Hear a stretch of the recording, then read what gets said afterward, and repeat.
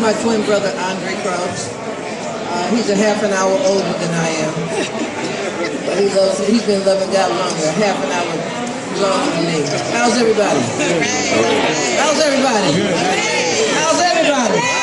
Come on now. First question. Casey from Gospel Expressions. I just want to make a comment and say God bless you to both of you.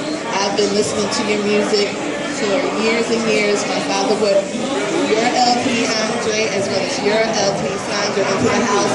And we blasted and cleaned and did everything. So I just want to say God bless you both and thank you. Thank you.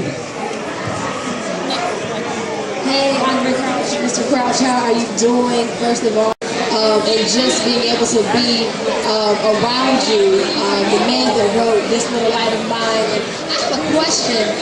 What has been the impact for you in the world based off the platform that God has given you? How have you been able to really impact and really get into the culture and change it with the gospel through your music?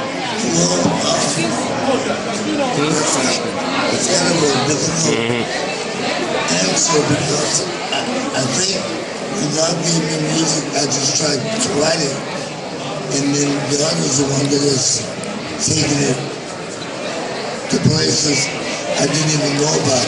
We were on our way to Australia once, and we had to stop and feed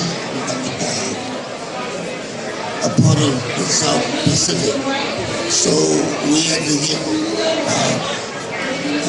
we had such a long ways to go still. And there was a beach nearby. And so a lot of the people kind of drifted around until they filled it, playing up with gas. And so I was walking on the beach and I saw a little boy, under a little hut. And so when I got to him, he was playing the guitar. He was about 9 years old. And I said, hey man, what's up, Charlie? Play the guitar. He said, oh, I play songs with Andre Crouch. He said, oh, wow. And this was there was no other person on the beach. And it was just a blessing. Everything that God has allowed us to see, He did it. I haven't had a super manager. You don't have managers, You gotta stay behind them and say, do this and do that. And then they don't do it, but they do that, but don't do this. But we just went along with it. But it's God that has done everything in our life, and that is the truth. We have one last question right here. First of all, I just want to say I love you both. And I want to give you a testimony that let you know that you touched someone overseas. When I was going to school in Unit in London, England, I was doing video production, and I was working for a church, Kensington Temple, and I was homesick. I had been there a year. You came and did a concert at our church, and I spoke with this southern accent that you hear, and you said, what are you doing here? And you just don't know that kept me going for the rest of the time I had to be in London, because I lived there for 8 years and I live there now. And now God has put me in a position to start a radio station and a Christian nightclub there and promote. But I'm going to tell you, you don't know that you being there and saying, you didn't have to talk to me because I was just doing camera work. I was just Edra Crook there. I wasn't DJ Malibu. And I want to thank you that you blessed me. And that concert, you were off the chains, boo. And I just want to say, personally, you bless an American in Europe. So you have touched lives everywhere. Amen. Amen. All right, thank you guys. She said years later, when she got cancer, she remembered from a little girl what she had seen God do. And I said, that's a song right there. Because we've all seen God do incredible things. I was telling them yesterday, I was honored by the Trailblazers Award. The greatest public relations firm could not have put this weekend together for me. When God orchestrates something for you, when it's your season, when it's your time, our steps are ordered by the Lord. this award tonight, that award, and a new record coming out, and the title being I've Seen Him Do It. When I wrote it, I had no clue that all this was going to happen for me, but I've seen him do it.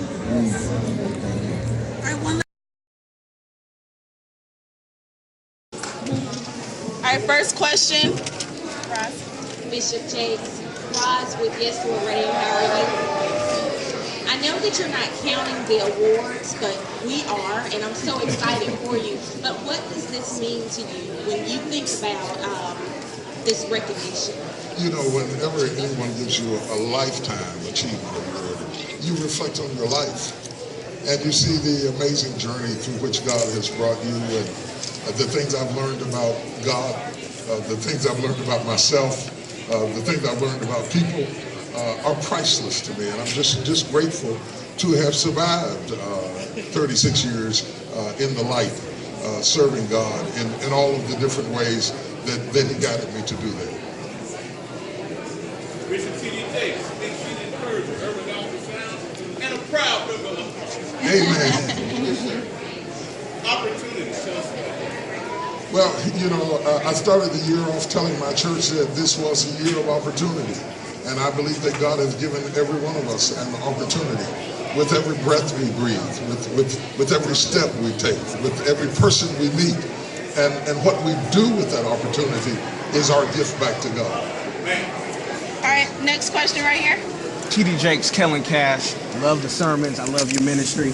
Can you tell us about your TV show, and will it be picked up by the Oprah Network? Or will you come out with your own, or is it TBN?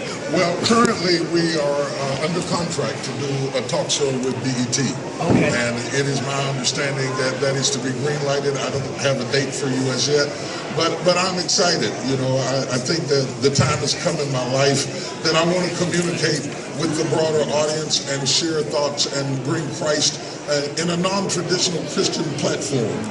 To do as Jesus said, to go into all the world and to minister not only the gospel, but to talk about life, to talk about health, and just to encourage people to live their life to the fullest. So it's going to be fun for me to do something fresh in the second half of my life. Amen. Still preaching.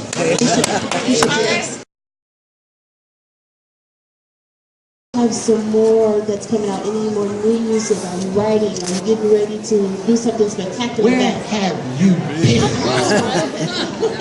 Yes, I last summer I recorded a live CD, well, two of them, one in Miami, one in LA. We're gonna put them together. The CD is called Greater Than. It'll be out June 4th is the date right now.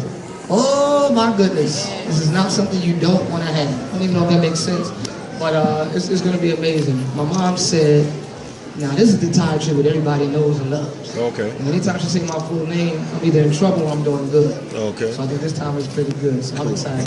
Yeah. Crazy One for C1 Radio Show. What's up, buddy?